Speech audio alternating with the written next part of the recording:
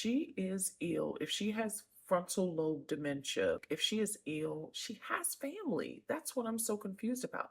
She has a best friend who she's been best friends with for at least 40 years.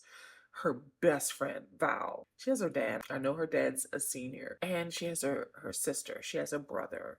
I know she has her son. They probably wouldn't release her to her son's custody, but she has family. She has people who would take care of her and are willing to take care of her. Why is it that she is remanded to this facility she doesn't want to be in, this memory unit? They make it seem like she's in hospice and incapable of taking care of herself when we see her in the public and it's the total opposite. I think that Wendy is being exploited financially by this conservatorship.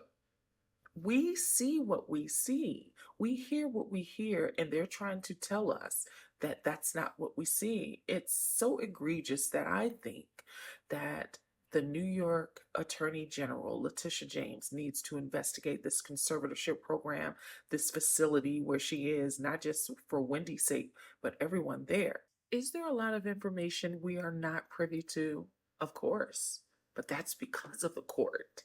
Because Wendy has always been vulnerable to divulging information about what she's going through, always. Since her radio days, she has divulged personal information, but she's being constricted, bound by this court mandate that seems to be harming her in so many ways. She's even said, I'm taking pills. I don't even know what they are. Are they poisoning her? And that's why she's a little more delayed than she's ever been. I know she's aging. She's in her 60s and she has other ailments. I don't know what the contributing factors are. Again, I'm not a medical professional, but I've grown up with Wendy and understand that she is still inside there. She is still there. If you know Wendy, you can see it. Wendy has sat through interviews with TMZ, a couple of interviews with TMZ, The Breakfast Club, Don Lemon.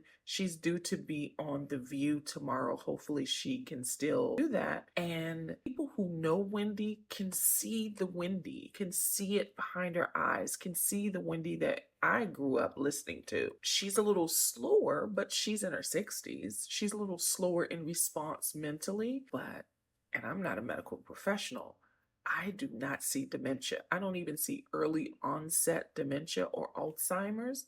Again, I'm not a medical professional, but I know Wendy and she seems very much like Wendy. And I just think that she's being financially